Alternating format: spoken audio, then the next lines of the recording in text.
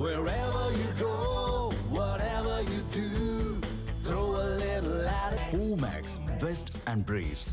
கிருஷ்ணகிரியில் மகசூல் பாதிப்பு காரணமாக மாமரங்களை விவசாயிகளே வெட்டி அகற்றி வரும் சம்பவம் அதிர்ச்சியை ஏற்படுத்தியுள்ளது.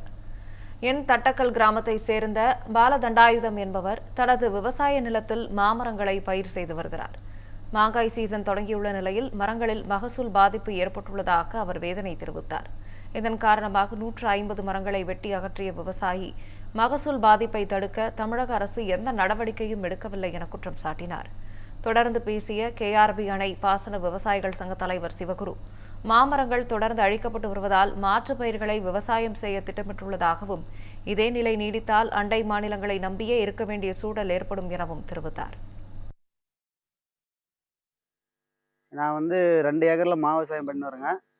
இப்போ கடந்த சில வருஷங்களாக மாங்காய் விலையே இல்லாமல் நாங்கள் ரொம்ப நஷ்டத்தில் ஓடிட்டு இருக்கு. அதனால மாங்காய் மரத்தை வெட்டி எடுத்துகிட்டு நாங்கள் வேறு மாற்று பயிராக தென்னை மரம் எல்லாம் பூச்செடி இது வைக்கலான்னு பார்த்துட்டு இருக்கோம். அதனால மாங்காய் மரம் பூரா வெட்டி எடுத்துட்டு நம்ம பண்ணியிருக்கோம். உங்களுக்கு எத்தனை ஏக்கரில் உங்களுக்கு மாமரங்கள் இருந்தது? அது எத்தனை மரங்கள்? 2 ஏக்கர் இருந்தது.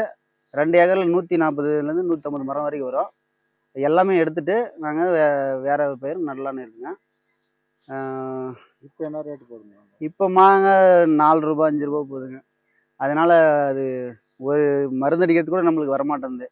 அதனால கூலி அதிகம் ஆகுது. அதனால நாங்கள் மரத்தை எடுத்துட்டு நாங்கள் வேற தென்னை மரம் நடலான்னு பார்க்குறோங்க.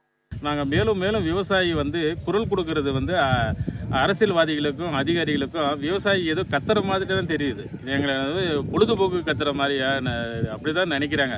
பெயருக்கு தான் விவசாயி முதுகெலும்புன்னு சொல்லியிருக்கோம். ஆனால் பெயர் அளவில் ஒன்றுமே இல்லை. விவசாயிகளுக்கு வெட்டி வேஸ்ட்டு தான் எங்களை நினைக்கிறாங்களே தவிர விவசாயத்தை காப்பாற்றுற அரசாங்கமே இல்லைன்னு தானே நாங்கள் சொல்லுவோம். அதுக்குன்னு ஒரு தனி ஆணையம் அமையுங்க. மேலும் மேலும் விவசாயத்தை காப்பாற்றினா ஆணையம் அமையுங்க. விலையை நிர்ணயம் செய்யுங்க.